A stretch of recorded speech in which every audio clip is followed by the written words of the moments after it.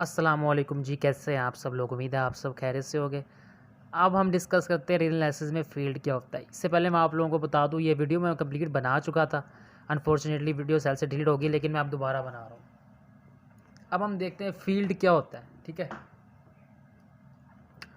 और कौन कौन से सेट फील्ड होते हैं, कौन कौन से नहीं होते, ठीक है। A field is a set F, कहता फील्ड है कोई भी सेट एफ है, that together with two laws of composition, कहता जिसके ऊपर दो ला है कंपोजिशन के, या दो बाइनरी ऑपरेशन परफॉर्म हो रहे हैं। Binary operation, binary mean two, ठीक है। कौन से दो ऑपरेशन परफॉर्म हो रहे हैं फील्ड के सेट के ऊपर? प्लस का एंड डॉट का, मल्टीप्लाई का, ठीक है। सच डैट फॉर ऑल, कहता हर ए बी सी जो बिलोंग कर रहा है फील्ड के सेट को, ठीक है, हर ए बी सी जो बिलोंग कर रहा है फील्ड के सेट को या फील्ड को बिलोंग कर रहा है। So the following property hold, ठीक है। तो वो प्रॉपर्टी सेट फील्ड होने के लिए ये प्रॉपर्टीज़ होल्ड कर रहा है। सबसे पहली प्रॉपर्टी है A plus B equal to B plus A and A B equal to B है, ठीक है। ये है कम्यूटेटिव लॉ। देखें, हमने फील्ड पे कहा है कि दो ऑपरेशन होंगे, एक प्लस का होगा एक डॉट का होगा। तो प्लस के हिसाब से A plus B equal to B plus A, ये कम्यूटेटिव लॉ हमने 9th में पढ़ा है। और ये मल्टीप्लाई के हिसाब से भी ऊपर हमने बता दिया, दो ऑपरेशन परफॉर्म होंगे फील्ड के सेट पे, दो बाइनरी ऑपरेशन परफॉर्म होंगे, ठीक है। और इसके साथ एसोसिएटिव लॉ होल्ड करता है।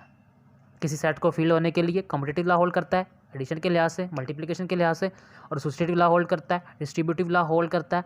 ये राइट लेफ्ट डिस्ट्रीब्यूटिव लॉ भी होल्ड करता है, ये राइट डिस्ट्रीब्यूटिव लॉ आप लोग जानते होंगे, ठीक है। दोनों होल्ड करते हैं। There are distance member 0 and 1 such add, कहता दो उसके मुख्तलिफ मेंबर हैं, ठीक है। अगर ए में 0 का ऐड करें ये आएगा, हम जानते हैं। अगर ए को 1 से मल्टीप्लाई करें ये आएगा, हर ए के लिए, ठीक है। और फील्ड के सेट का एडिटिव इनवर्स और मल्टीप्लिकेटिव इनवर्स भी एग्जिस्ट करता है, ठीक है। एडिटिव इनवर्स क्या होता है, मल्टीप्लिकेटिव इनवर्स क्या होता है, ठीक है, ये आप लोग जानते होंगे। ए में से हमने -1 किया, 0 आ गया, ठीक है। ये एडिटिव इनवर्स फाइंड किया।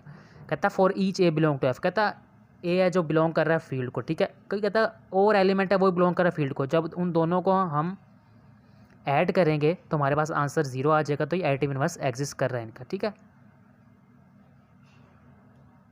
0 यहाँ पे एडिटिव आइडेंटिटी है। सिमिलरली मल्टीप्लिकेटिव इनवर्स भी कर रहा है, एक एलिमेंट एग्जिस्ट कर रहा है, ठीक है, ए, वो अनइक्वल टू 0, 0 नहीं है, ठीक है। कहता है उसका रेसिप्रोकल भी एग्जिस्ट कर रहा है। अगर उन दोनों को मल्टीप्लाई करें तो आंसर आ जाए 1, ठीक है। 1 मल्टीप्लाई आइडेंटिटी है, मल्टीप्लिकेटिव आइडेंटिटी है, और तो फिर इसका मल्टीप्लिकेटिव इनवर्स भी एग्जिस्ट कर रहा है, ठीक है। अब हमने एक एग्जाम्पल लिया, पहला एग्जाम्पल थी, यहाँ पे नोट नहीं आना, ठीक है। वो कहता है सेट ऑफ इंटीजर फील्ड है, नहीं बिल्कुल फील्ड नहीं है सेट ऑफ इंटीजर। क्यों नहीं है? It is an integral domain. Integral domain क्या होता है? इंटीग्रल डोमेन की डेफिनेशन को समझना पड़ेगा। इंटीग्रल डोमेन ऐसा होता है, if for every non zero element, कोई भी नॉन ज़ीरो एलिमेंट है। कहता है इंटीग्रल डोमेन क्या होता है, मैं बता रहा हूँ, आप लोगों ने समझना है, ये फिर समझ आएगा। कोई भी non zero element x and it's reciprocal, और उसका रेसिप्रोकल है कोई 1/x। कहता अगर उनको मल्टीप्लाई करें, अगर उनको ऐसे लिखें 1 के बराबर आंसर है। कहता कोई नॉन जीरो एलिमेंट x, अगर उसका रेसिप्रोकल भी एग्जिस्ट कर रहा है 1/x, अगर उन दोनों को मल्टीप्लाई करें तो आंसर आ जाए 1। सो मैं बात कर रहा था इंटीग्रल डोमेन क्या होता है।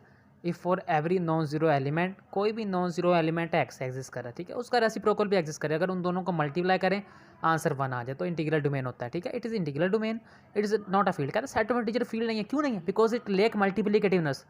मल्टीप्लिकेटिवनेस लेक क्यों कर रहा है ये? इसलिए कर रहा है, देखिए हम सेट ऑफ इंटीजर में इधर नेगेटिव इंटीजर होते हैं, इधर पॉजिटिव होते हैं, दरम्यान में 0 होता है। अगर हम 0 को लें, 0 का एडिटिव इनवर्स तो एग्जिस्ट कर सकता है, 0 - 0 0, ठीक है, लेकिन मल्टीप्लिकेटिव इनवर्स तो एग्जिस्ट नहीं कर रहा ना। मल्टीप्लिकेटिव इनवर्स एग्जिस्ट क्यों नहीं कर रहा? देखिए 0 को मल्टीप्लाई करें 1/0 से इन्फिनिटी आता है, बात खत्म होगी। तो इसलिए सेट ऑफ इंटीजर का मल्टीप्लिकेटिव इनवर्स एग्जिस्ट नहीं करता। विदाउट मल्टीप्लिकेटिव इनवर्स डिवीजन में भी इम्पॉसिबल। कहते हैं मल्टीप्लिकेटिव इनवर्स के अलावा किस अगर नहीं होगा एग्जिस्ट करेगा तो डिवीजन होगी नहीं, ठीक है। मल्टीप्लिकेटिव इनवर्स के बगैर डिवीजन पॉसिबल ही नहीं है, सिंपल सी बात जानू सी। सो उम्मीद है आपको ये क्लियर हो गया हो क्वेश्चन। कहता है ये इंटीग्रल डोमेन है। इंटीग्रल डोमेन मैंने बता दिया कि हर नॉन जीरो एलिमेंट को एग्जिस्ट कर रहा है एक्स, और उसका रेसिप्रोकल भी एग्जिस्ट करे, सच डेट अगर उसके रेसिप्रोकल को उस एलिमेंट से मल्टीप्लाई करे 1 आंसर आए, ठीक है।